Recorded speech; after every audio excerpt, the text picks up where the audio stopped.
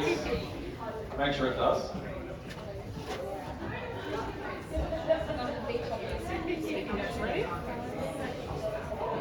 Give some room for Shelley here.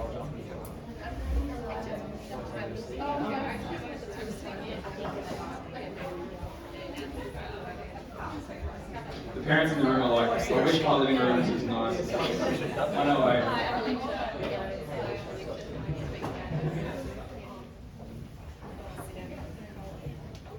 All right. We'll get started. This is super casual, so during the panel, if you want to go and grab another drink, just go to the bar, and our friends at HPX Group have got such a great team looking after us tonight, so we'll say a huge thanks to them in a minute. Before we start, I'll just would love to acknowledge country, so I'd like to acknowledge the Gadigal, the Eora Nation, the traditional custodians of this land, and pay my respects to the elders past and present. It's amazing we can be gathering on their land tonight to explore a topic that we dear to their heart too. I would love to invite my friend, our director, the amazing Emily Cosgrove. Emily, welcome. Hello. Emily here. I'm not used to. Can everyone hear me? Yeah. I'm like a teacher part-time, so I'm happy with this. So hi everyone, I'm Emily. I am the Workplace and Employment Partner here at Hamilton Lock. From Perth. Yeah, I was from going to say Perth. Not here. Flew over yesterday from the Wild West to join Mark and everyone here for this important conversation. So thanks for having me. And we've got 4 of our 6 Forever Projects directors here tonight, and it was lovely for you to meet some of them in person for the first time, which is cool. So we kind of put this event on just so everyone could meet. Yeah, it's been 12 months we've all nearly been on the board together and so haven't met in real life, which is a bit silly. Yeah. And you are a director of Forever Projects as well. I am, and company secretary, and outside my legal career, also a mother of 3 small humans. How old? 1, 4 and 6, so really in the trenches. Got an amazing village, I guess, behind me, which is why I'm able to come to things like this across the other side of the country. So very lucky. Yeah. And Emily, like, what does this particular theme, the power of parenthood and reshaping modern workplaces, what does it mean to you? Yeah, so I think we've got the question of, am I a better mum when I'm working? Definitely for me, that is the answer, yes. I find being a lawyer a lot easier than being a mum, and I openly tell people that. So then I think the juggle of trying to do both at the same time is extremely challenging. I think what it means to me as well is I really hope my children are proud of me one day. That, they see my resilience in what I'm trying to do and be, a successful career woman, successful mother, all of those things. I certainly read all of the studies to kind of keep telling myself that that resilience will have a positive impact on them as they grow older. So that's kind of what it means to me. But I think, look, a big part of it as well is having that village around you, as I mentioned. So my husband is very hands-on. We've got grandparents, childcare, all of that in the mix. I also work at a really supportive workplace here at Hamilton Lock, and I'm really grateful for that. I think, being a lawyer in particular has changed significantly in the last even 5 years, and Sarah will tell you the same. We can now work from home more, there's that flexibility, and there's more empathy around since COVID in particular, when people had to juggle teaching their kids from home and working, so there's more empathy, I think, around working parents since that time, and I think that's really important for supporting families and unlocking that talent of senior females to keep them in the workforce as well. So Yeah, and I think that value of empathy from the organisation is what, when we talked about it, like drew you to Hamilton Lock, and I think that it's one of your core values as well. And I think that's what struck me most about with the other role you're playing. You've got many roles, but as a director of Forever Projects, and thinking about our mission, which we'll talk about later on. But maybe just talk a little bit about what the mission of Forever Projects means to you as a mum. Yeah, so came up about 12 months ago that Mark was looking for some new board members, and I didn't even know what Forever Projects was, to be quite frank. But I read about it, and it just instantly resonated with me. So at that time, I had a small 6-month-old, my 3rd baby. I was back to work very quickly because he was a big surprise, but that's a whole other story. But as my 3rd baby, he was severely allergic to my breast milk, so cow's milk protein allergy. So he was so unsettled. We were in and out of hospital constantly for those first few months because he just wasn't putting on weight, he wasn't developing, he wasn't thriving, as they technically call it. So extremely hard time. You think as a third-time mum, you've got this covered, but it couldn't have been further from the truth. So what I had to do was basically get some paediatrician allergic formula to give him because he was effectively starving, which sounds so awful and extreme in a country like Australia, but that was the reality that I was facing. And so then I saw that Forever Projects gives these women formula to help with their malnourished children. And I'm not saying I'm anything like these women, but the struggles that I faced is similar to what they are facing. I couldn't feed my child, and nor could they. And so I just thought this is absolutely amazing because it is a basic human right. And the program that we've got to kind of give them that first immediate step and say, here's some formula, let's feed your baby. Here's a mosquito net, now your baby can sleep, is just such a fundamental human right. And it just, I was just so keen to get involved after I read that. So despite having many roles and many no, you get me there, what can I do? So and now I've got a big buffer, sort of 18-month-old that eats everything, so he's fine.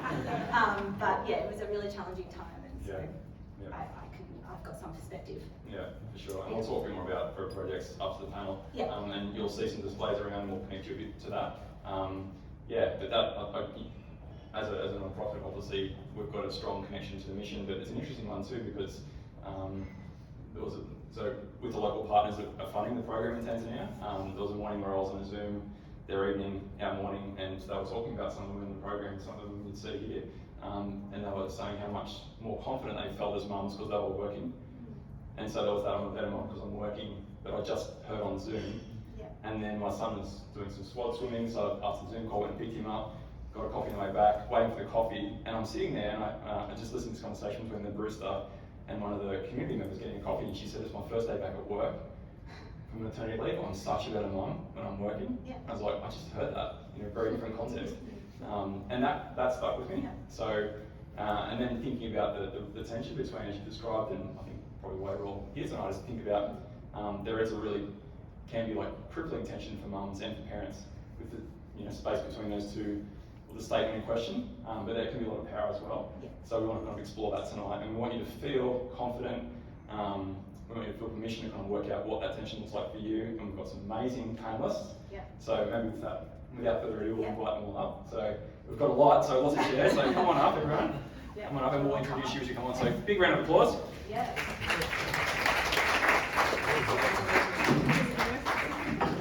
So you're in pairs, so find a pair and find a seat. And if you can't see at the back, there's now a couch that's free. So seriously, feel free to come along and get a pole position. Don't be shy. Some lovely food too. Okay, I'll kick off. So, this is the first question for the women on the panel. Sorry, Scott, sorry. What does the statement, like we had up on the screen there, I'm a better mother when I'm working, mean to you? I might start with you, Alicia, because you're right next to me. Maybe introduce yourself too, just as you. Okay, cool. I'll provide a bit of context. So I'm a partner at Parenthood Ventures, which is a VC fund based here in Sydney. We've been operating for a bit over a decade now. We have 115 portfolio companies across all sectors, but primarily B2B SaaS, and we invest from like very early stage, pre-product, pre-revenue companies up to sort of the canvas of the world. I work with my colleague Anna here. I've been with Parenthood for 9 years. I also have 3 children, so I've got a 6-year-old, 4-year-old, 2-year-old, and I'm 35 weeks pregnant with number 4. So life is very busy. So what does that statement mean to me? For me, it means, my whole identity isn't tied in my career, but it also isn't completely tied to being a mother. I love that I can move between these two worlds.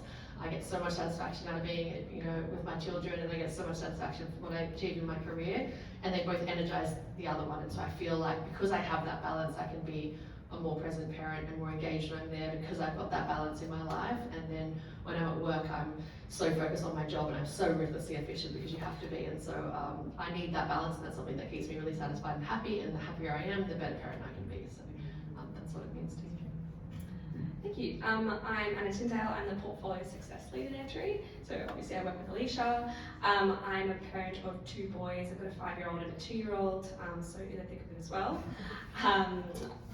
So my role at Airtree is I'm responsible for a lot of the activities that happen post-investment that aren't related to capital. So looking after our founder community, ensuring that they're connected with the various services and programs that we've got, and shortcutting their learning so they can focus on what they're passionate about, which is building their businesses.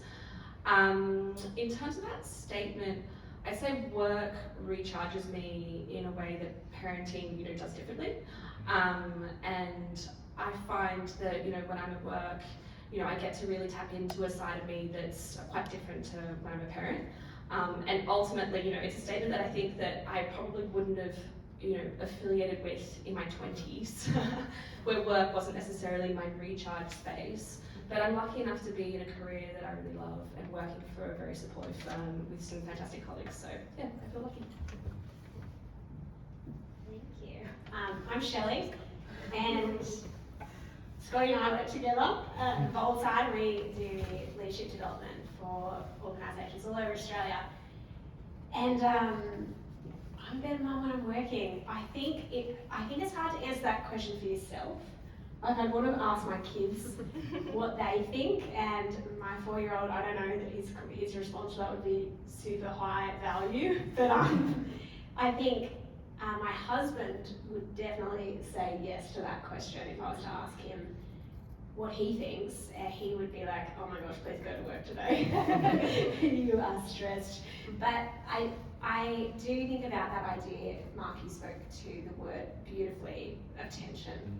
I think as any parent knows, it's a constant tension, and you have days where your work energizes you, you have days where your work drains you. In the same way, as a parent, you have days that you just leave feeling so energized. You're like, I'm doing the thing that I'm like meant to do.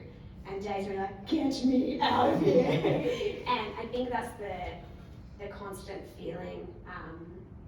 And then I keep coming back to the idea of, what does my husband say? And he would say, you are a better mum when you're at work, because you can be present and here when you're at home. Thanks. I'm Sarah Dilks. I'm a partner at Hamilton Locke. I work in the IP and technology space, so with a lot of growth companies looking to change the world, which is very satisfying and very rewarding, and also very time consuming and very exhausting and draining. But I love it and it energizes me. I'm also a parent of 3 children, so it looks like we're all suckers from punishment. In my defense, mine wasn't entirely planned. I had twins second time around. So I've got an almost 10-year-old boy and almost 8-year-old twin girls, so slightly out of the trenches a little bit more now. I think I'm at this beautiful age now where they're somewhat self-sufficient, but I'm still an absolute rock star. When I walk in the front door, they're really excited to see me. I reckon I've got maybe another 12, 24 months of that. With my daughters, my son maybe a bit longer, even though he's older. So in terms of that statement, I'm a better mother when I'm working, I think, absolutely agree with what the others have been saying about the ability to be really present in a way that, and I've noticed the difference when I came back from maternity leave, particularly the second time around. I think when you're with your children all day long, it kind of, you don't engage in the same sort of active way, because it's just all becomes a little bit sameish. And it sounds like I don't enjoy my children, obviously I do. But I do find if I've been at work and I get home, I really appreciate and value that time with them. Whereas, on the weekends, maybe sometimes it's a little bit more, you get caught up in the mundane and you don't appreciate it as much. And on the flip side, I get to work and it's, as the others have said, it engages you in a completely different way. Get a hot cup of coffee and it's delightful, and so all of those things. So I do think I'm a better parent at home because I appreciate that time more and I can be more present. Love that. We're going to keep going through the panel. And as you might be aware, we've kind of curated this panel to be in pairs. You might see the pairs top and bottom here. So we might ask some questions of specific panelists and others a pair. So going to a pair, Scott and Shelley. So we still see such pronounced expectations around mothers versus fathers' roles in both work and family context. So how do these cultural expectations play out in your work relationship? And I've got a follow-up question for you, Scott, after that. Would you like to hear from Shell first? Okay. You guys go. I'll keep mine pretty short. How do cultural expectations play out in our workplace? our workplace is pretty small, and so we get to create our culture. And I would say both Shell and I are pretty aligned on our expectations are our expectations. So for Shell and Sam, and I'm fortunate to be a good mate of Shell's husband, they are able to create their own expectations around what should this look like in service of the life that we want to have. And my wife Rach and I have had that for quite a long time. Before we started having kids, we kind of came to the understanding of what do we want this to look like to get us to where we want to go, even though we weren't really that clear on where we wanted to go at the time. My feeling on that is, it sounds harsh, but I care less about what the other's expectations are. And I think that's a bit of a luxury to be able to say that, but working with Boldside, I get to say that. Yeah, and I think for me, like, and my husband Sam, so we've been married like 13 years and have our 2 kids. And the business that we've built has grown really quick. And originally, sorry, this mic is, can I switch up with you? Yeah. So I don't feedback because I have a loud voice. When I first started Boldside, Sam was running a trade business, he was in concreting. So he had his business, I was building my business, and the growth just like really took off really quick. So we've only just ticked over 3 years.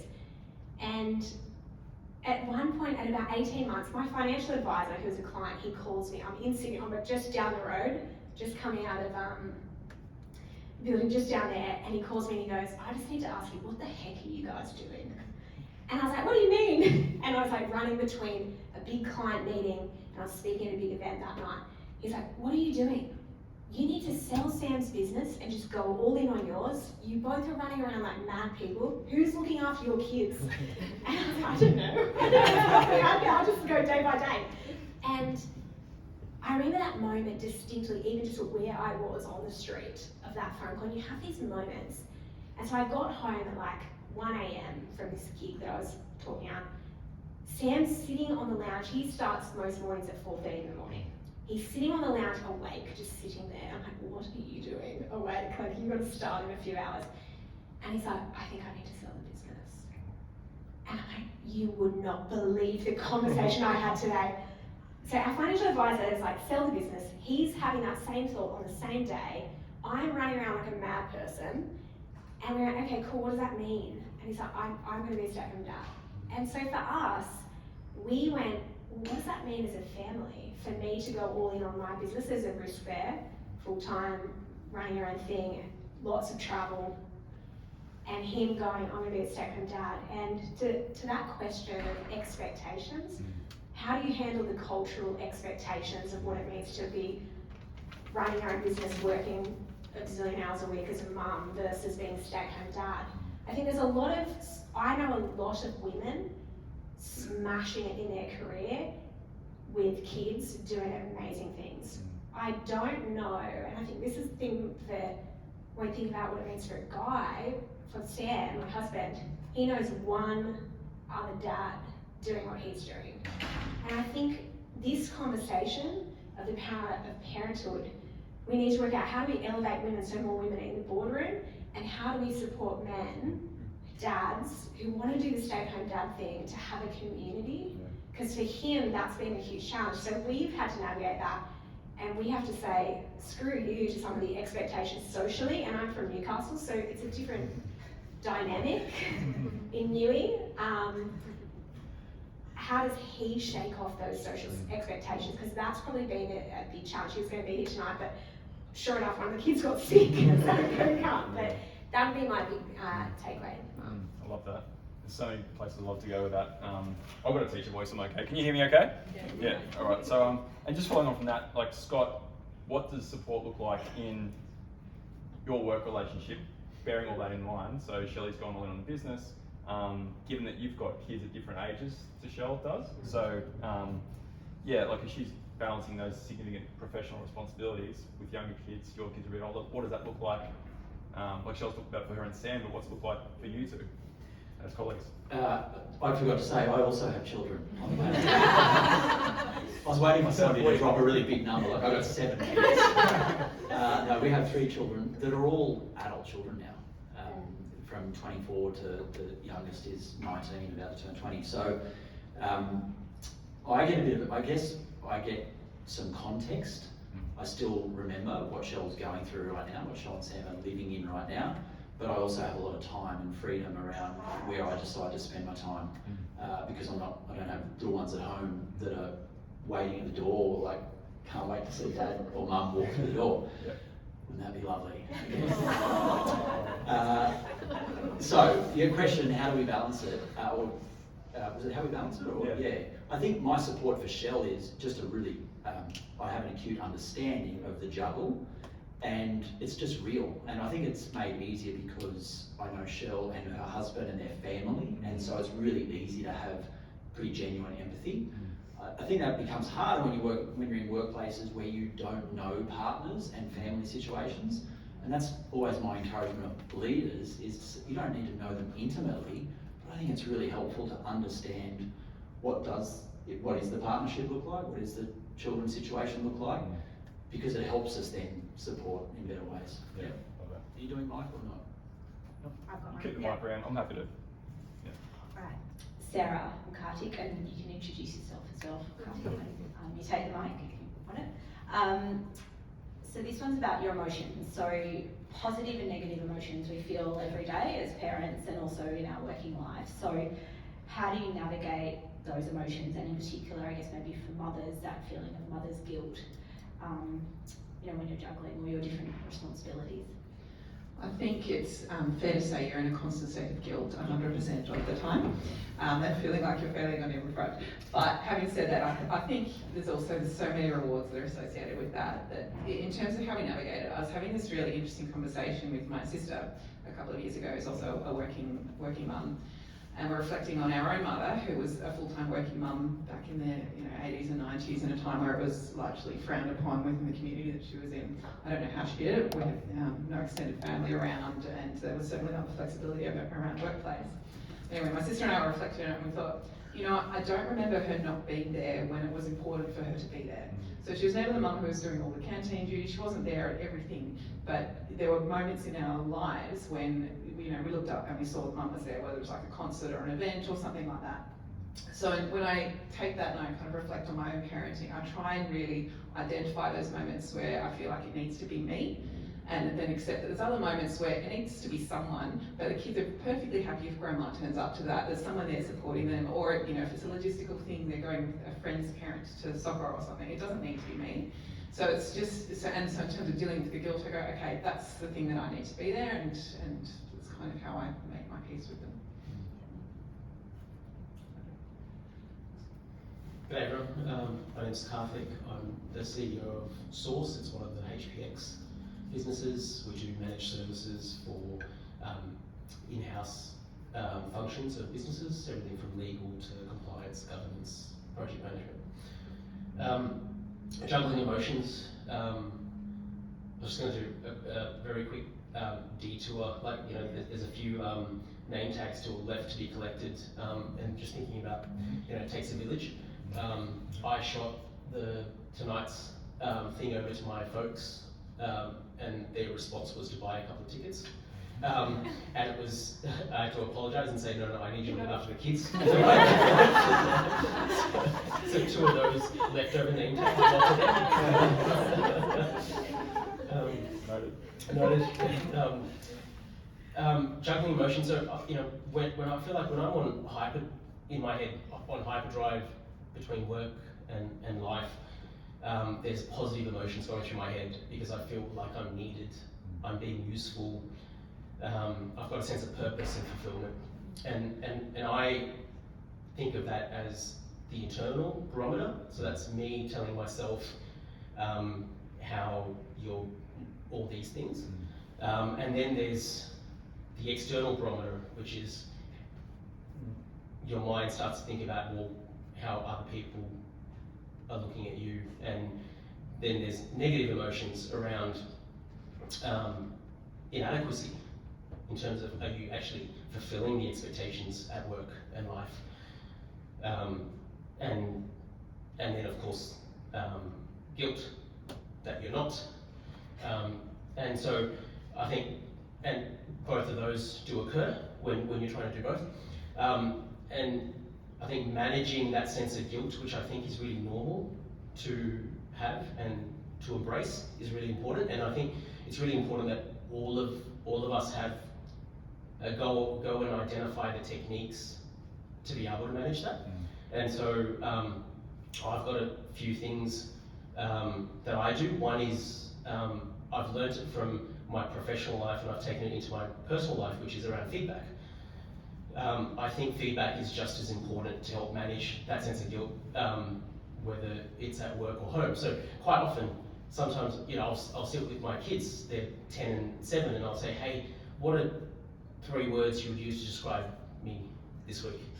And they would say, you know, they might say busy, like absent, you know, or I might get the reverse. And so I like, it's a bit of a, it helps make it tangible, not just a feeling of guilt, and it helps then you to reset yourself because you're hearing, okay, all right, and sometimes you might get feedback that's better than what you expected. Like, you know, you might have done something really small, you might have turned up to something that in your head thought was, oh well, this is not a lot, but it was very, very meaningful for the people in your life. And so so feedback's really important, and I do that, you know, every night when we have dinner.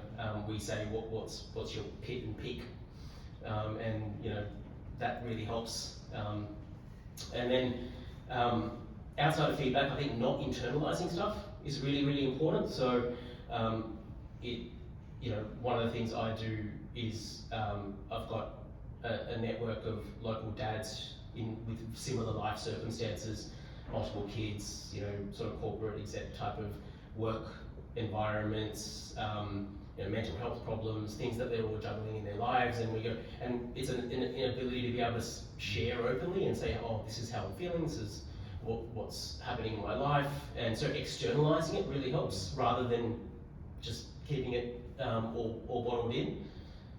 So I think that's a really important thing, and probably the third technique around managing guilt is it's a, like, you know, I guess a technical term, but just do happy shit, right? like everyone's got levers that makes them happy. So don't be shy to embrace those. So, you know, like, I love watching horror movies with my wife. It makes me happy. That's what we do that, right? I, you know, love having thumb wars with my 7-year-old daughter, and I don't know how, but she always wins.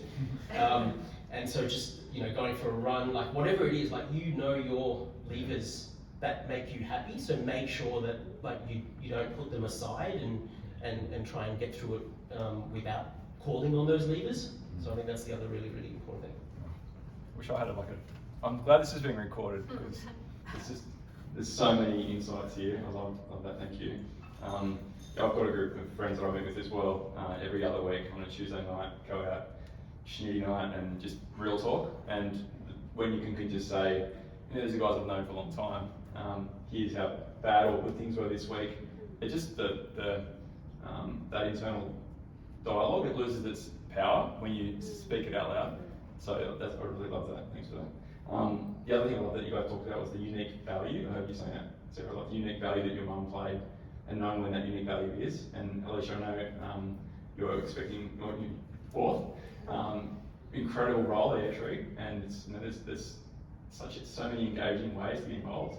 How do you kind of navigate the moments where, you know, like the tension that we talked about before, like we can create an architect of life where ideally there's not too many clashes between home and work, but we can't make it perfect.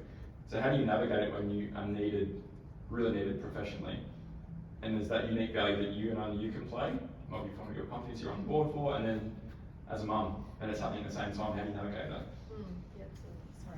Yeah, it's tricky, right? And like you said, you can have everything planned out, you can have the systems, you can have the support network, and then shit hits the fan. Things happen. Like there's a Halloween outfit that I think of, if anyone's seen it, where a mum had got printed onto a t-shirt the photo of a phone with someone calling, and it says daycare.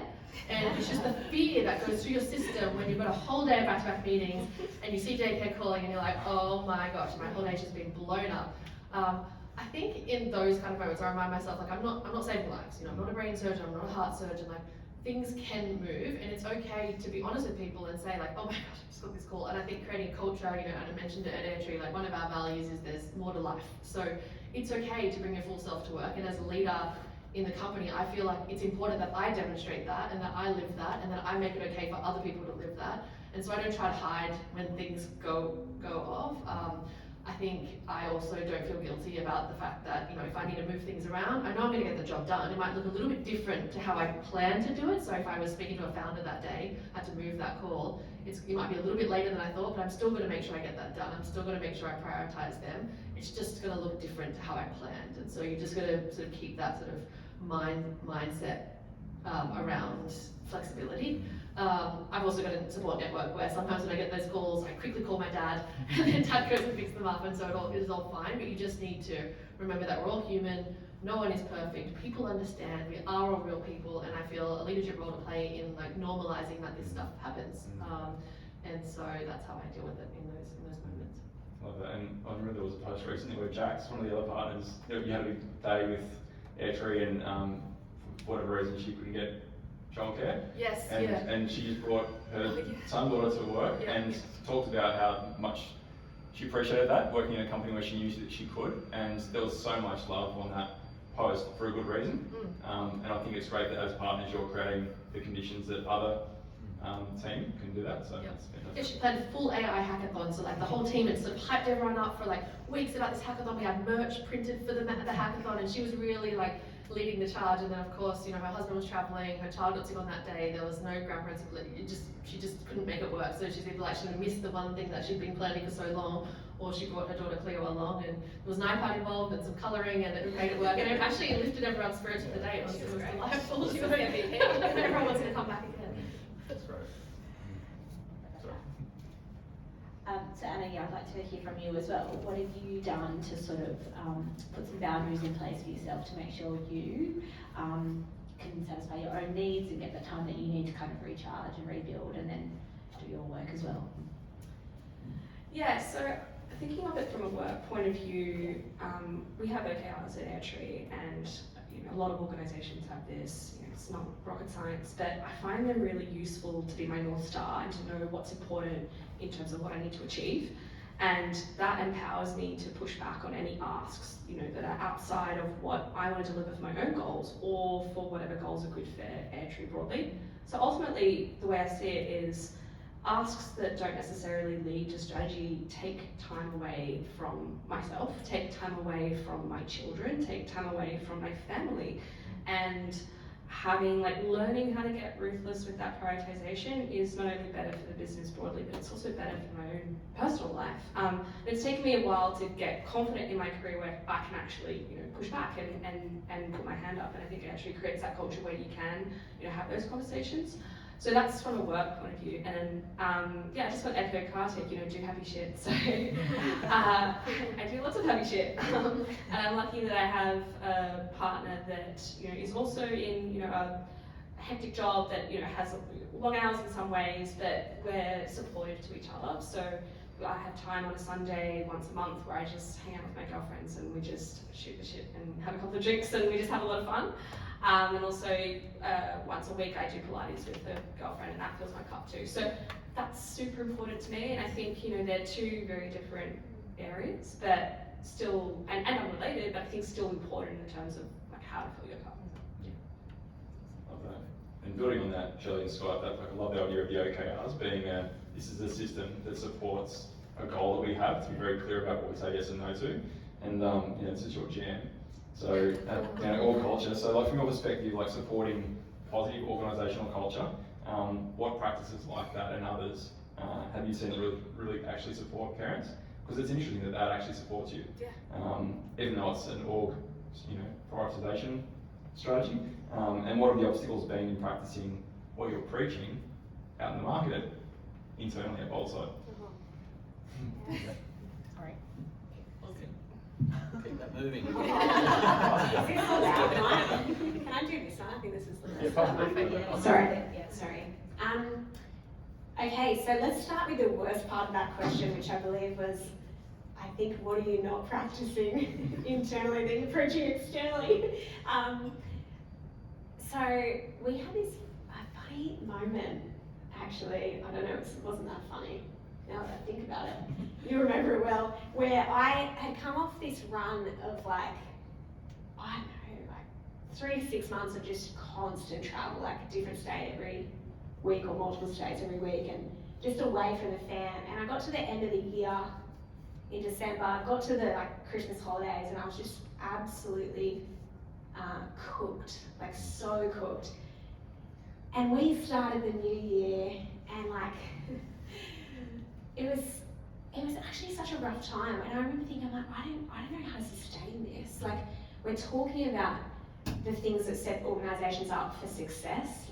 Phil Wolf talks a lot about well-being in organisations. It's that idea of, okay, well, to lead well, you actually have to be well. And I just was looking at myself, I'm not functioning as a human, let alone as a mum or as an employee. And we sat down at my kitchen bench, because we don't have an office, we just work from wherever we want. And Scotty came over, and Scotty and Rach, the way you guys have done parenting, for Sam and I, we have known you for, I don't know, like 13 years.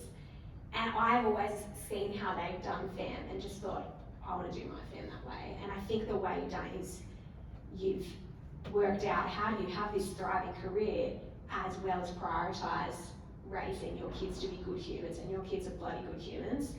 And so we've respected your wisdom. And we're sitting down, I was not in a good spot. You start the year off, you should start with energy, I feel. You should start with energy. I'm like, not good. And you, it's funny, we weren't even looking at each other, we're just sitting at the kitchen bench, looking at the wall, and you're like, I've got some tough questions. I've got 4 questions, he says, and he gets his laptop out with his 4 questions. And he's like, what's your why? And I'm like, okay, and all I can think about is the why of the business. I couldn't think about anything else other than the business, the clients, all the tasks. No, Shell, like, what is your why for you and your family? Why are you doing this thing? Because I don't think you've answered that. And I sat there and I just like cried my little heart out, and I was like, I don't know why I'm doing this, because I feel like I'm killing myself with this thing without understanding what is the purpose behind it. And I would say that any good organisational culture starts with good, honest conversations between people who care about one another's success. And that is, I think, the credit that like you have brought to me and my family. So what we did, 4 tough questions, couldn't answer a single one, just sat there and cried. And then Sam and I, what we did that weekend, so it was the middle of the week, what we did that weekend, we booked 2 days away, and we said, we're going to do a personal offsite. I'd never thought about that idea, it's in the book Essentialism. Greg McEwen does it with his partner. We're going to do this personal offsite, we're going to answer these tough questions and try and figure out how we make our lives, how we're not a slave to our career or a slave to this business. I want the business to serve us, I want my work to serve us, not me serve it. And we answered those questions, and I stack more and started to change some stuff. So we did like on week and off week, we travel, and things that meant that instead of just continuing this like hustle, constant feeling, we had to put some stuff into practice. And I think going back to the original question, how do you build a culture where this happens? You have to have honest conversations, and you have to have people who care enough about you to challenge, this is not good. That's it, thanks for doing that. Thanks, mate. It's very honest share, Shell. Be vulnerable, yeah. I forgot the question. Sorry. It's around like, what are the ways that you know, there's all the things that you're doing in the market and adding value to organisations as they have a richer organisational culture. And then, so what are some other kind of policies and systems and things that you help them create, but then how do you practice what you preach? And I think Shell's answered that beautifully. Yeah. But what are some other ones that come to mind in terms of the things that you think really you can attribute to solid organisational health and the thriving of the people in them? Maybe I'll just touch on one. I've seen it as a growing trend over the last X amount of years, but it certainly wasn't the case when I was a new dad, and that is both mum and dad getting parental leave. And I love it. I love it where both parts of the team can actually take some time to get in the rhythm of this new little human that's arrived, that's changed everything. And I look back on that time and how hectic it was. I would have loved to have some time with my family during that period. So I think that is a really awesome thing. I see a lot of organisations doing. It's not just reserved for mum. Yeah. Yeah, my husband has taken 2 lots of parental leave with our second and third, and it's been life-changing for him. And it's interesting to see my oldest is only 6, and he didn't feel comfortable to take parental leave at that time. But since, there's been a real cultural shift, I think, and it's been excellent to see. So then I just want to go back to Alicia and Anna if I can.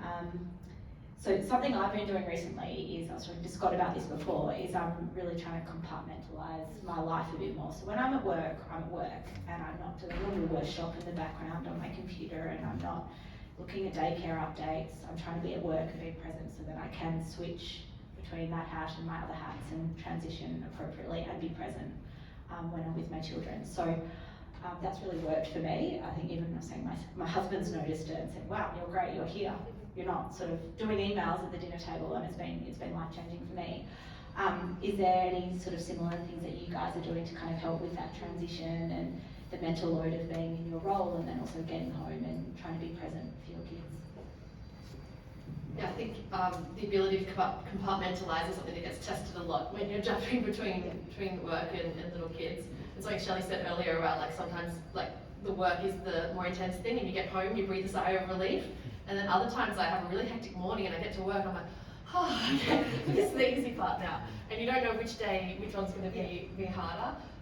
For me, I feel like having like little hacks that I do is when I first get in the morning, like I don't book any meetings at 9 o'clock. I just need a little buffer to just switch. I like make myself a coffee, and I'll book meetings till 9:30. I also want to know if like the wheels fall off and for whatever reason I'm running late, something's happened in the morning, the kids have all been together, everything's gone off track, that I have time to just mentally shift into another gear. And I think since I've started saying no out external meetings, internals are probably fine, but external meetings are before 9:30, that's really helped with that transition. And then in the evenings, I try to be pretty, it doesn't always work, but I try to be pretty precious about the sort of 5 to 7, 8, my kids are getting older and they're pushing their bedtime back to like 8 window, so that I can be present with my kids then. Try not to have my phone on me. Apple Watch doesn't help, I do get like Slack notifications and stuff, but I try to be as present as possible. And then if I've got a call with someone in London or someone in a different time zone, it often tries to get booked in that window because they think, oh, we'll do it as early as possible for you. It's actually much better to be like 8 or 9 p.m. and I'm very happy and I'm very comfortable, and I'm at a stage in my career I can say like, I'm unavailable between these hours, I'm happy to take a call at 8 or 9 p.m.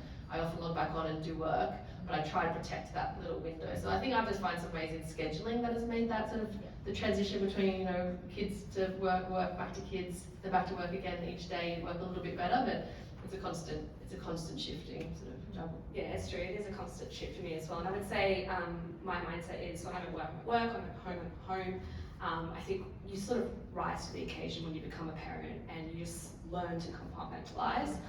That being said, you know, I have had scenarios where I've had an incredibly stressful morning. So like one that happened recently, a couple of weeks ago, was my 2-year-old managed to find a pen and shot it in an electrical socket, which was terrifying, but luckily we had everything in place, and so it meant that absolutely nothing happened and he's totally fine, and I wouldn't be here today obviously if it weren't for that.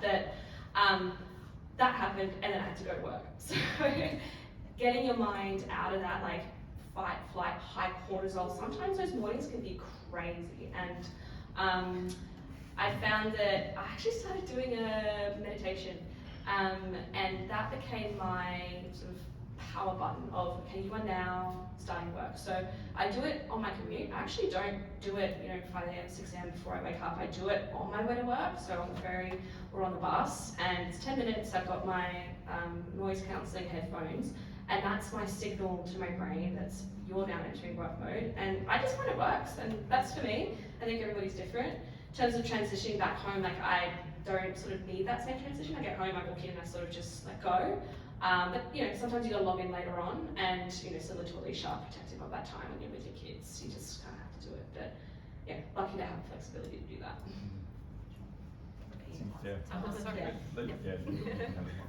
Yeah, that's incredible. So many insights here. This is so good. So I think we're picking up that like talent and work, it's not a one size fits all cookie cutter thing where you can just say a mum you're going to be this particular way, or you don't have kids or a father or whatever it might be. Everyone's different, and so I love that with HPX Group, like the P and X, the people experience is what you're all about, and that's I think what's really endeared us to the HPX Group as partners. How do you kind of think about talent in that kind of way, where you might have wildly different ways people are kind of showing up, and then how do you actually make account for that and enable people to have wildly different lives and still deliver exceptional value and with a team that's all quite different?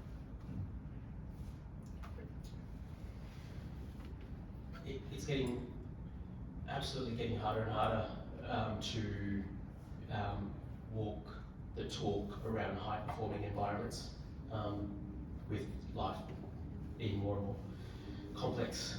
I think as leaders in our business, I think there's three things that really jump to mind for me. One is our purpose as a leader. So, I'm a big believer, as is our ethos at HPX, that your purpose is the people that are working for your business. And so you live and breathe that people experience in a real way. Say, well, I want them to be happy at work, be able to accommodate everything they need outside of work. And so if your purpose as a leader is your people, and it's solely that, then they can be the best versions of themselves and be able to do great work for, they can concentrate on, the quality of their work and clients and growth and whatnot, but you just wake up thinking, I just need to focus on making sure that I'm enabling the best version of each and every one of you. So I think that's really, really important. The second thing is, I think it's really important to get into the detail to understand your demographic. So whether you're a business that employs 5 people or hundreds of people like HPX, demographic's really important, right? So if I take my business Source, like I don't look at that and say, oh, we've got 50 lawyers and 50 company secretaries and this and that. But, I'm thinking about, well, who are the people we have? Do we have working mums? Do we have single parents? Do we have people who are studying and working? So getting to the detail in the demographic, I think, is really, really important to create high-performing environments and be good leaders. Because that detail in the demographic is what allows you to be able to then zoom back out and think about what are the policies and frameworks and protocols to be able to allow everyone to be their best. If you see people through the most superficial lens, then you just don't get to that detail. And you can't create high-performing environments where you can actually find that best version of that person. So really, really big on that is getting into that demographics, and I think that goes for any organisation, public or private, right? Like if you're a government organisation, you want to know your people in a detailed demographic sense, not just in a high-level census sense. So I think that's the second thing, and then the third thing for me is businesses. I think it's incumbent on organisations to innovate their business model based on how society is changing, right, and not be stuck with legacy business models that aren't adaptive. And so, for us, the existence of Source is because of that. So we saw, we're a professional services business. There's no billable hours. It's pure retainer-based model with our clients, and so that attracts a whole different type of person, and it allows people to be, pursue extraordinary career aspirations, but still be able to deal with all the complexities that they have in their life. And that's an adaptation of traditional business models that we've decided to take on, and I think it's onus on any business out there to be adaptive to that and not just be stuck in the past with traditional models. Okay. Yeah. Sarah, would you like that? Sure, and probably builds, I think, on what Karthik's saying. So Hamilton Lockend is also part of the same corporate group. So we, probably the thing that I think we find really helps, and which I've found helpful as an employee and as a leader, is the focus on outcomes and outputs rather than inputs. And I think it becomes incredibly liberating when you're creating an environment to try and facilitate people delivering their best work, to say, these are guardrails around what I want you to deliver, whether that's, for us, remuneration targets and those sorts of things, but quality of service, way of engaging, types, strategic objectives, whatever those look like, saying, this as an organisation is what we want to achieve. I'm hiring good people and I'm trusting you to work out how best to achieve those. And when it comes to the day-to-day experience of being an employee in that environment, having the autonomy to shape your day and say, this is how I need my day to look in order to achieve that target is liberating. And, and I think, I couldn't work in an organisation that said you have to be doing these things at an input level. It's, it's measuring the wrong thing, but it's also having that level of oversight, which is going to impact your ability to engage with family and those sorts of things. And this, there's swings and roundabouts on it, because the upside is I will get similar. I don't put meetings before 10 a.m. usually. I can obviously if I have to, but I like that time in the morning too, because it's more predictable on a work side. Emergencies never happen at 10 a.m. in the legal world. They happen at the end of the day. So I'm really precious about my mornings with my kids, and that's so I'll take the time to do that, and I'll have that little adjustment time when I get in. Sometimes I will leave the office at 4:30 or 5 o'clock because I have to pick up my kids, and then I'll log back on in the evening after I put them to bed, and I'm a night owl, so I'll do my best hours between 9 p.m. and midnight, which to some people is horrifying because your day stretches out. They become very long days. For me, works really, really well. I've got other colleagues who go to bed at 9 p.m. They'll get up early and they'll do something at that point in time. And I will still do probably what is a normal amount of hours in my day, but I might choose how to break up that day to deliver the objectives that I need to deliver on the work front, and also to engage with my family or other commitments outside of work in a way that makes sense. So I think creating an environment that focuses on outcomes rather than inputs is probably like step number one. And then the other part of it, which I think is essential, if you want that environment where you've got, whatever it is, 10 people, 500 people who've all got different ways that they want to shape their day, is getting the buy-in around what you're trying to achieve as an organisation and the values that are important to you. So for us as leaders, we spend a lot of time drilling down into the values and our drivers. What does good client experience look like? Making sure we've got that education there across the team.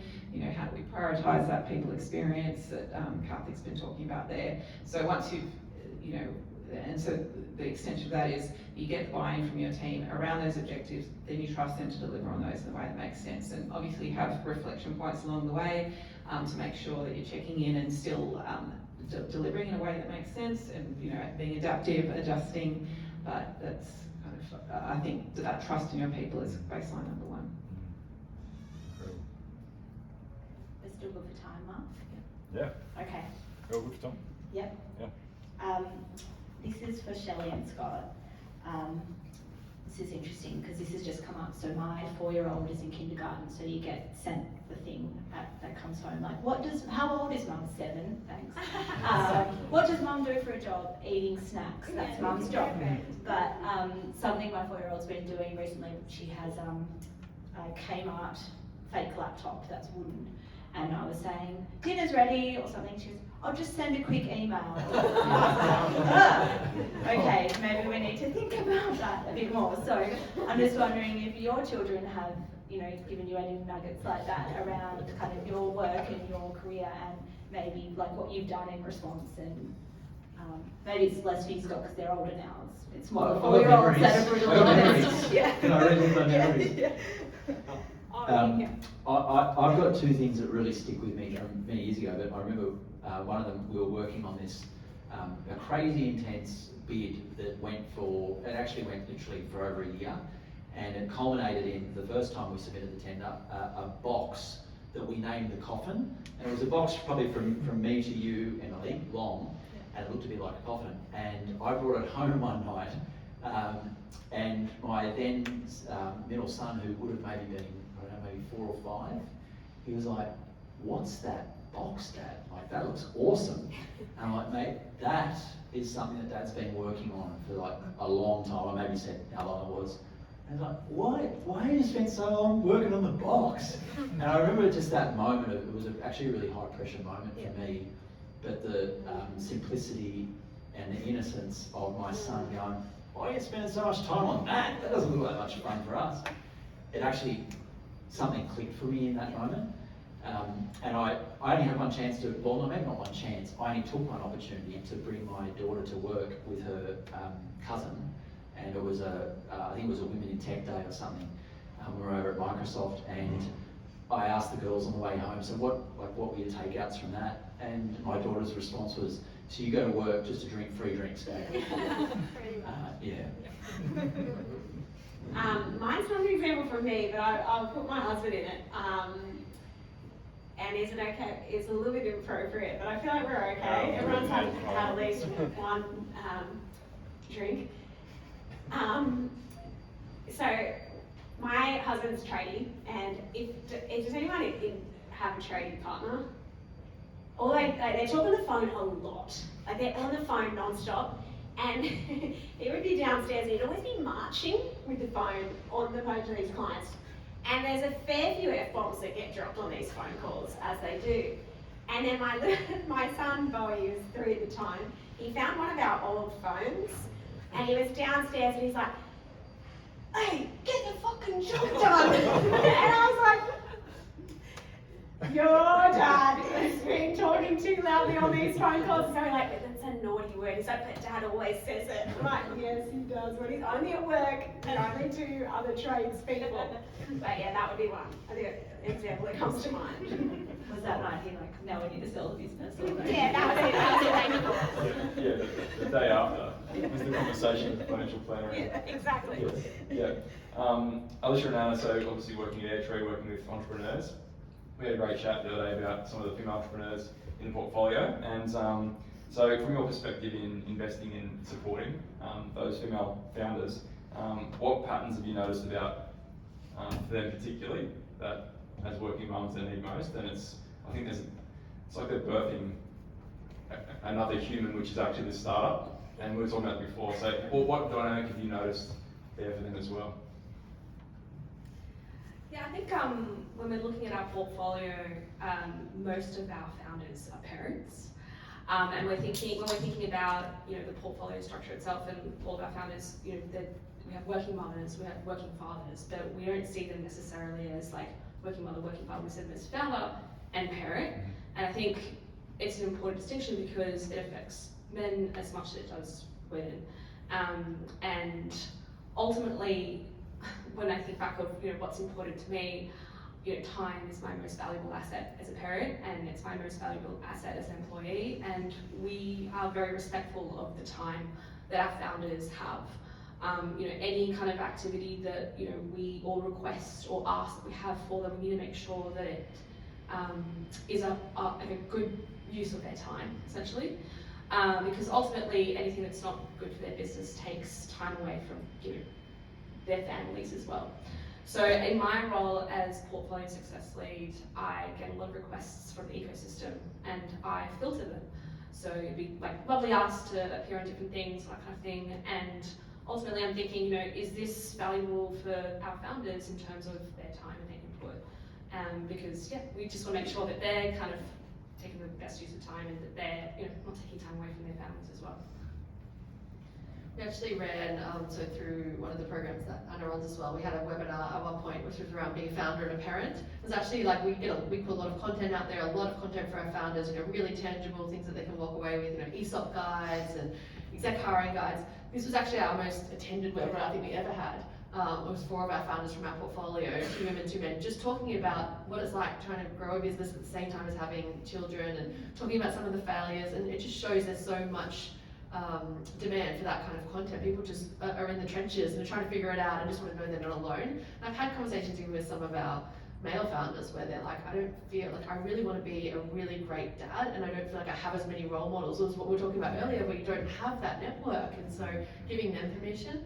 And then I think particularly with women, pregnancy is a really difficult topic to navigate when you're running a business. You're a founder, you've taken on external capital, and then you're going to have this period of time out. I've had one of my founders in my portfolio, she was pregnant while she was fundraising, and she's like, should I hide the pregnancy? Should I be honest about the pregnancy? And like, that's just something that is something for a woman to navigate. And I think I had another board meeting the other day where during the board meeting, this founder told me she was pregnant and was super exciting, her first child. And I think my role in that is just creating an environment where it's okay.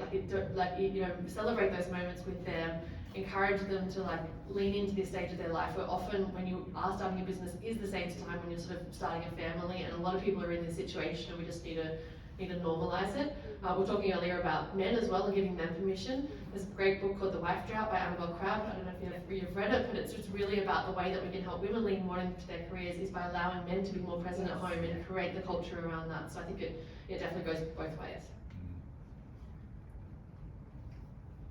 Yeah, my husband is saying we definitely need a wife at home because, we're struggling, both working full time.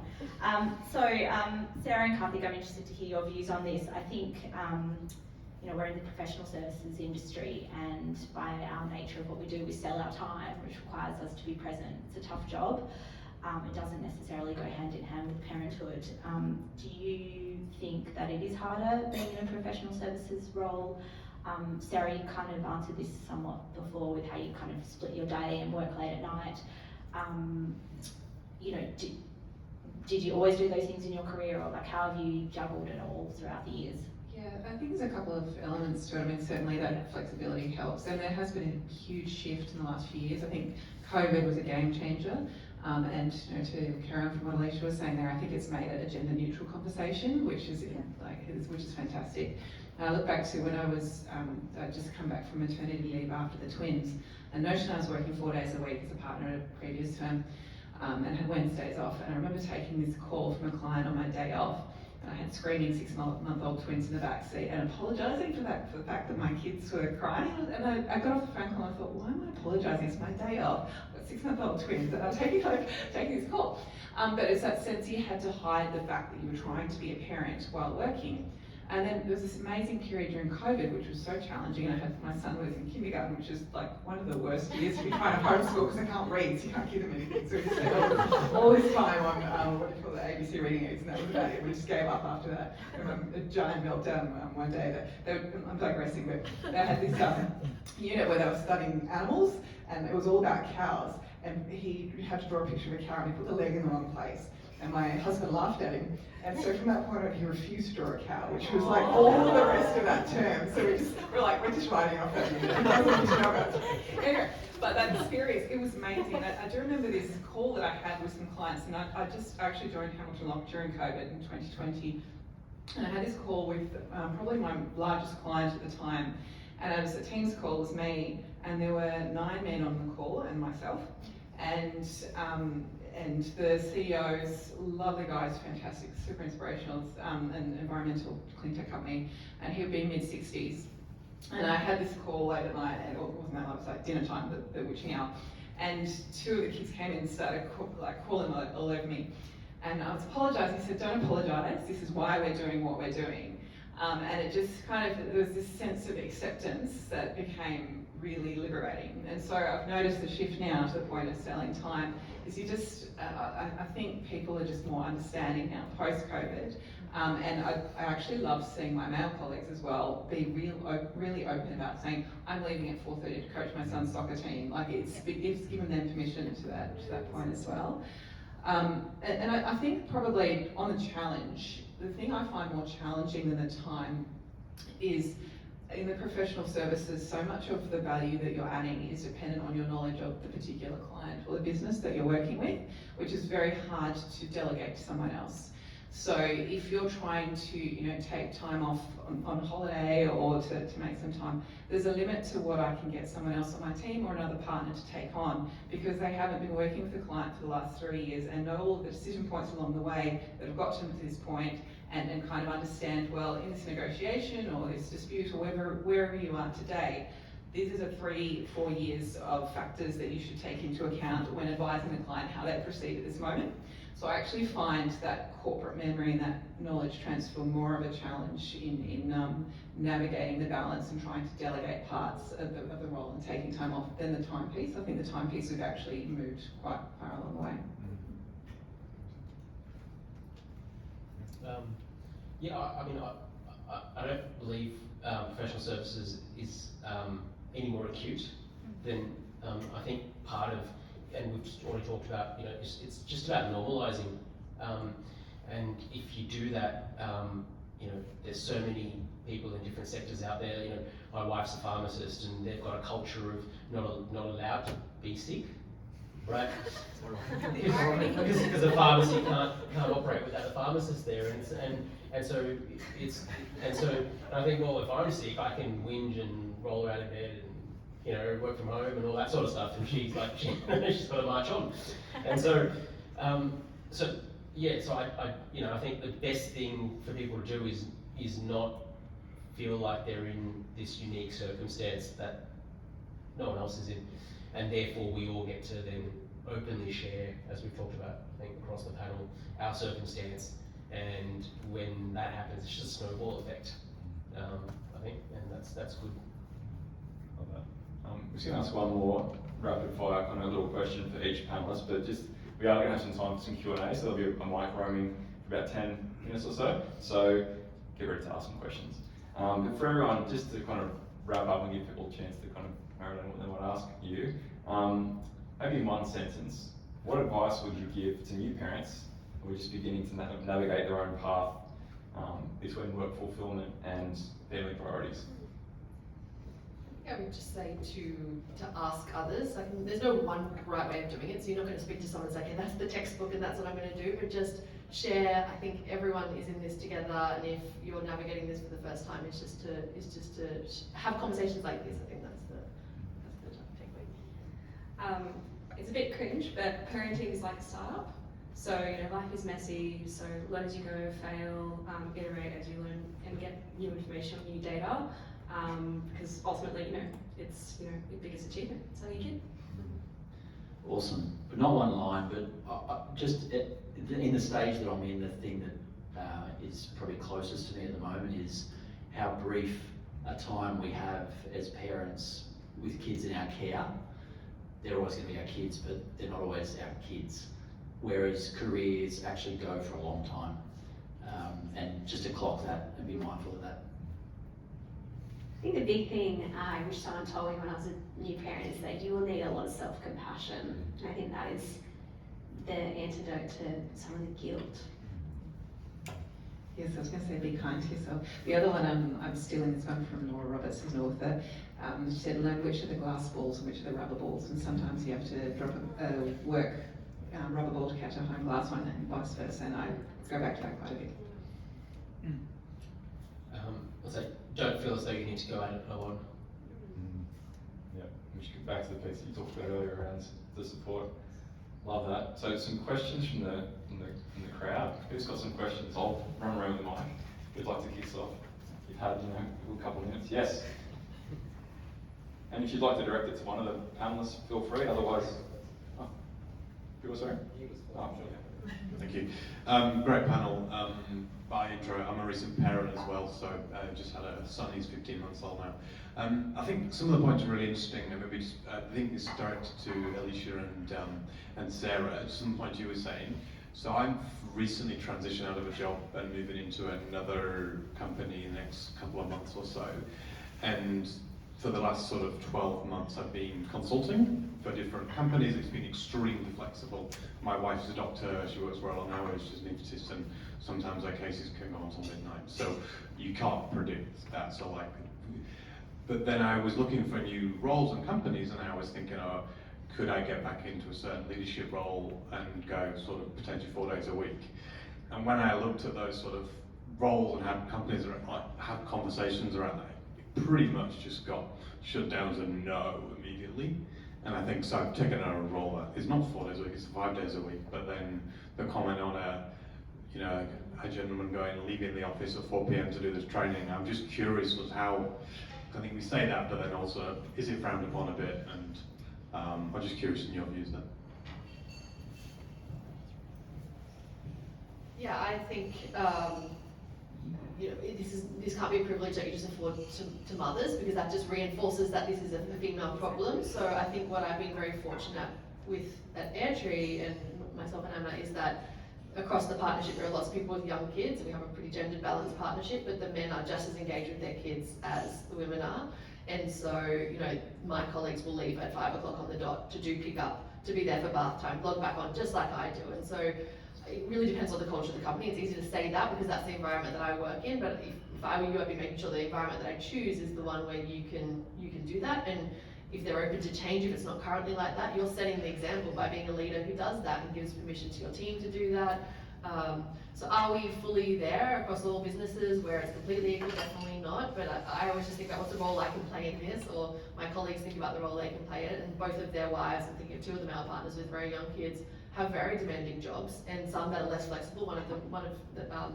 His wife is a partner in a law firm, and she has less control of her diary, and they make the juggle work. But I just think all we can do is do it, show that you can still deliver a really high quality product, and you let the flexibility not take away from your output, but inputs versus outputs, and that hopefully changes the culture over time if it's not already there. But that would be very high on my list. I just wouldn't accept a job at a company that wouldn't be open to that kind of flexibility, because I just think we need to change how things have been done.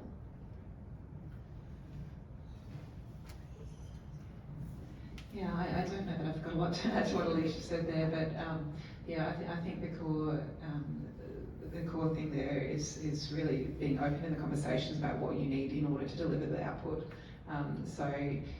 It's to no one's benefit if you're sitting there like at 5 p.m. because you missed the time to leave to go to soccer, resenting it and not delivering your best work. So it's actually, you know, but you do need to be in the right environment to have those conversations. Awesome. Yep. Hi, my name is Rakesh. I'm an aspiring parent, but also a recent founder of a pre-seed startup, so it's all very kind of new.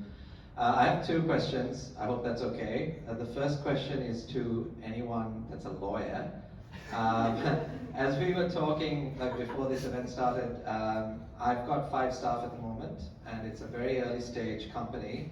I'm hoping to be successfully raising around this year and then growing to more than 5.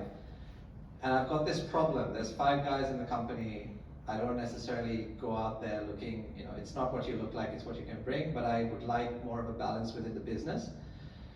But I'm 37 years old. Most of the people I'm looking for are going to be similar ages, similar levels of experience, and want to work part-time. But I can't really accept that. So how do you have that conversation and not get taken to court when you're trying to hire people? Because the reality of what we're doing here is going to require a major commitment, and we're lying to ourselves if we're going to have part-time staff, because they're just going to work full-time hours and only get paid part-time wages, and I've seen that happen before. So I'm not asking for advice, but I am kind of asking for advice. My second question is just a general question to the panel, just around the potentially transformative role of therapy in your lives. If you're a high-performing individual and you've got a family, I'm just interested to know whether any of you have had an experience where you sort of found yourself because you had to, and what that was like, and then whether you're kind of engaging on an ongoing basis and whether that makes a difference. Maybe the first question to the employment lawyer. Yeah.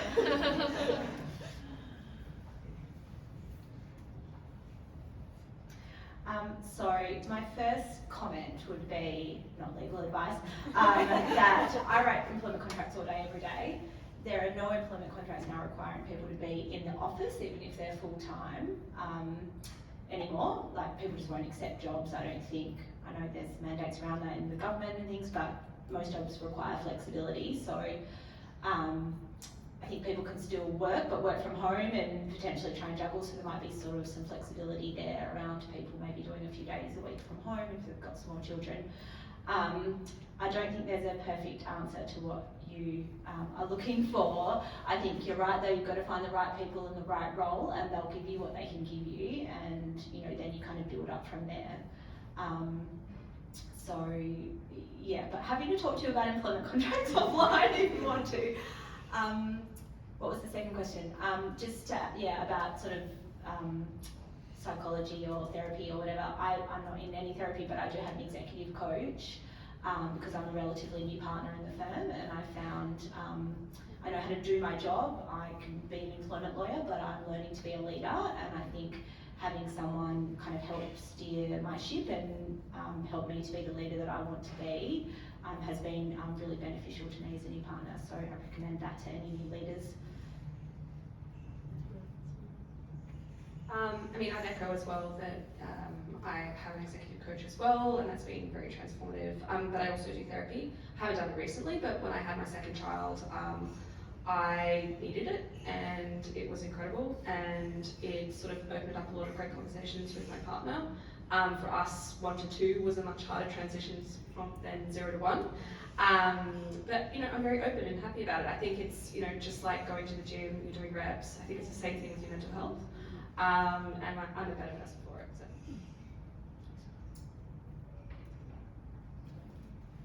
I've not had formal therapy. Sorry, did somebody have a quick? But staying with the theme of coaches, I had an amazing coach and mentor a few years back, who was a former elite sports person, but he was just an elite human being. He, some of the questions that he would ask that led me into a place of discovering more about myself, and it was in a professional capacity, but there are a lot more life breakthroughs that I had under his coaching, I would call it. So I feel really privileged. Whilst he wasn't a therapist, if I could get more of that, I would. I'd plus one that as well on the executive coaching piece. Yeah, for sure. I think that really helps you understand like when you're acting in a certain way, if you're taking on more than you should, like what's the self-talk that's going on. And I did some, and it was, for me, there's a tendency to people please. So I'll people please and then end up overextended and not a great dad, or the bet that I place on how long a project's going to take is far less than what it actually takes, and I'm overextended. So recognising what are your saboteurs and seeing them ahead of time and mitigating. So going, that project's going to take double the amount of time because I know what I'm like, and I think that coaching can really help with that self-awareness piece. Maybe we've got time for one more, but this is obviously conversation starters for later on. So there's no scarcity of time yet. Hello, I love that. Thank you. My question is around the dynamic, I guess, between parent and non-parent in the workplace. I have a wonderful workplace that I have a 9.5-month-old at home, and I can already feel the team is so supportive, but I already know and feel like that can sometimes be tense to be like, oh, I can't do that meeting at that time because of X, and then I feel flaky because I have to push that back. And I guess to your point around it's sometimes internal because no one's actually done anything to make me feel that way. Any kind of, I guess, pearls around, like, I guess navigating that or managing that feeling of, oh, I don't want to play the parent card all the time. Like that makes me feel crap when I'm dealing with people that don't have children. I don't know if anyone else experienced that feeling. Yeah, definitely feel it. One of the things I try to do is, in terms of self-talk, say, well, for me, I need to move this or have this accommodation because I've got a parenting commitment. Other people need to move things because they've got other commitments. You know, whether they've got care, they're caring for parents, or they've got, you know, they want to go to yoga, or whatever it is. Like, everyone's got lives outside work. So when I'm starting, I think we place a disproportionate amount of pressure and guilt on ourselves because we're asking for accommodations because we're parents. But I think the reality is everyone needs accommodations for whatever things they have going on in their lives. And so I try not to say, like, feel bad because I'm asked, because of whatever my reason happens to be on that particular day, because someone else will have another reason. I've got a lot of team members who have no kids, and they ask for accommodations on, you know, a regular basis for other reasons, and that helps. Yeah. Yeah. I'm reminded of the old smokers, and I remember working in a place where there was a huge outcry that you know, you had to be a smoker to get your 15-minute break, and so I think it absolutely is about the fact that, like, everyone has different ways that they need to flex, right, work and life, and so therefore it could be the need to go to the gym at a certain time. It could be kids, it could be a range of other things, right? And it could just be time that you need because you need to recharge because you're not being your best at the moment. And so, and I think it is normalising the fact that everyone's got different but same requirements, and so it's no one needs to feel extra guilty or feel like they've got the privilege either way. Like people shouldn't feel either way based on their particular scenario. It's all the same. Like everyone needs time. Well said, well said. Well, I mean, we could listen to you all night. I certainly could, and I've learned so much. And it's been lovely just to feel the energy between each of you as panellists and panellist pairs and the room. So huge round of applause for our panel tonight. Thank you. Feel free to, we'll just wrap up in a minute, so feel free to take your spot back in the lounge. Feels like what are those game shows we and before we wrap up and get back into some conversations just around some of the things you've experienced and maybe some insights tonight, we're just going to talk a little bit more about the work we do at Forever Projects and how this theme of working parents is central to our mission as well. So, as we said earlier, we're on the mission to end the orphan crisis in Tanzania through income creation for women. You would have seen some lovely stories, and you can engage with these later on. I've got a really personal connection to the mission. Talk about big families. This is mine. I've got 6 kids, so I drove the Kia Carnival up here tonight, and thank you to Musa and the team. I parked in the loading dock at Salesforce Tower with my Kia Carnival. So like, bucket list tick. It's such a beat up car, and there's no shame. Self-compassion, Shelley. Yeah. As I'm driving in. So my wife and I lived and worked in Tanzania 3.5 years, and we fostered and actually adopted 3 more beautiful kids. So Charlie and Shelley, twins, and their biological brother Jabari. And so our connection to the mission is very personal. And as an adoptive parent, you ask yourself what would need to have changed in the life of our kids' biological mum, so that the abandonment and malnourishment that they faced could have been avoided.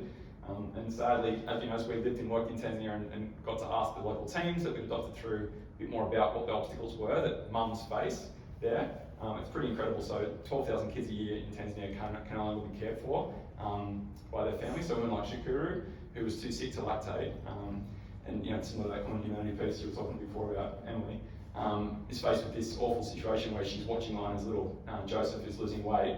And a country like Australia, you can go to Woolies Metro and get a tin of formula or an alternative source of nutrition if you don't have that for $40. But in Tanzania, it would cost the average Tanzanian family their entire week's wage for 1 tin. So imagine going to Woolies and paying $1,200 for a tin. It would just be unaffordable. And so that puts those women, no matter how much money they have, on an average space, it's completely unaffordable. So fortunately, the team we adopted through were already piloting this program as a solution. So it's a 12-month program that really creates income for women and nutrition for their babies. So it starts with nutrition, crisis support, and then they meet on a weekly basis in a gathering like this. We talked about the importance of community before, and going from feeling like isolated and anxious about their future to being connected, feeling a sense of belonging and hope as they see women who are further on the journey having that hope and having a child that's chubby and healthy and walking, and then they start a business about 6 months into the program, just a small scale business in their community. So within 12 months, they've got a chubby, healthy toddler, they've got a business that's creating income, and for 1,200 Australian dollars, that same amount of money would have cost for a tin in terms of relative income. They're completely independent. And the stories you see around the room tonight, the program's been going for nearly 10 years. I'll talk about that in a sec, actually. Still thunder. And so these are now stories 10 years on, and so as you're having a drink and having a chat later on, the story on the white side of the display is the kind of before, and the story on the other side, literally flip the script. You can see the story 10 years later, and it's quite powerful that the photo before is now being held by the child as a 9 and 10-year-old with their family because of this program, which is incredible. The reason why a charity like us is at HPX Group with a great view tonight is we've got a great partnership with HPX Group, and we've got a challenge we do once a year called Watch Your Kilimanjaro. People challenge themselves physically, run, swim, ride, raise money from the community, and every $1,200 raised goes to these stories. Love this quote from Mads. Is Mads here tonight? No. Oh, good. It's all right, but her words, she's with us in spirit. So she ran 220 kilometres in 22 days, raised $2,800. So as a mum, knew that empowered 2 women and their families. I just loved the quote. We were DMing on LinkedIn as she was doing a challenge, and she just said, as a mum of 3, anything I can do to keep a mother with her child and empower a woman to raise her child, like I'm honoured to participate in this challenge.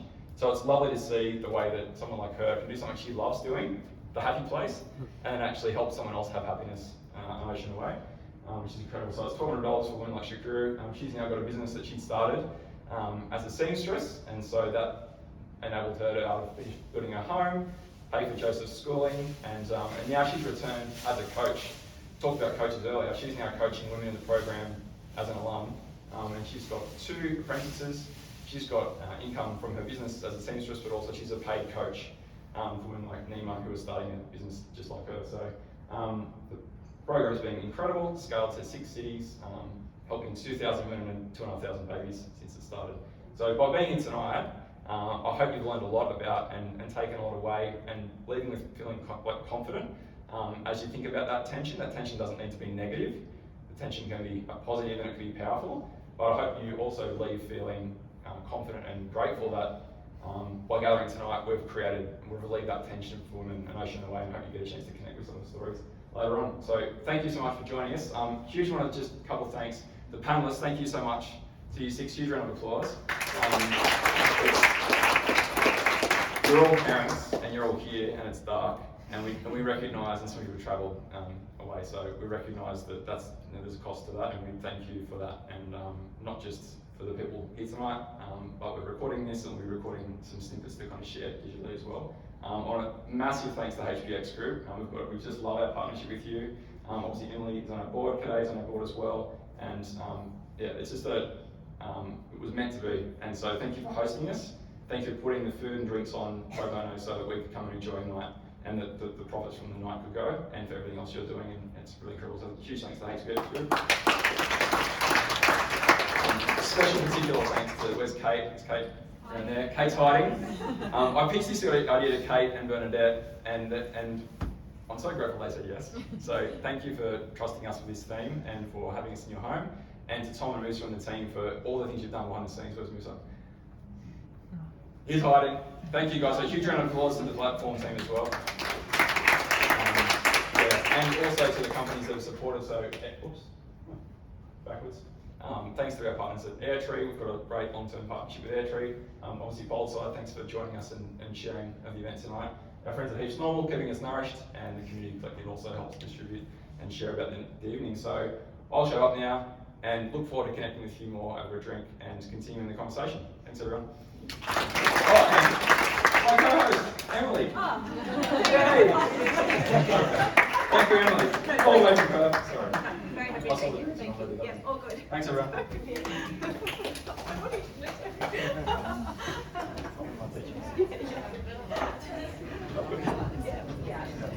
Thanks, Sarah. Thank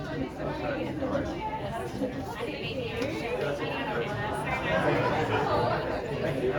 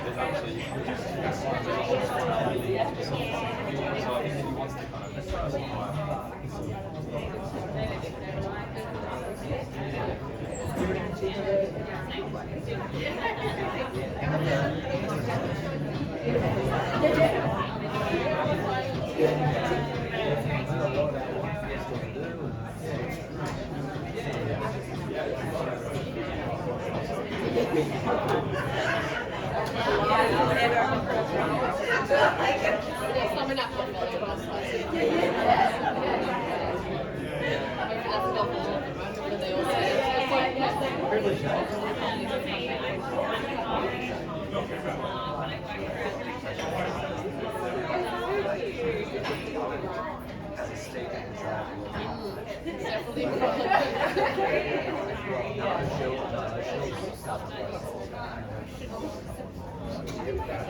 you.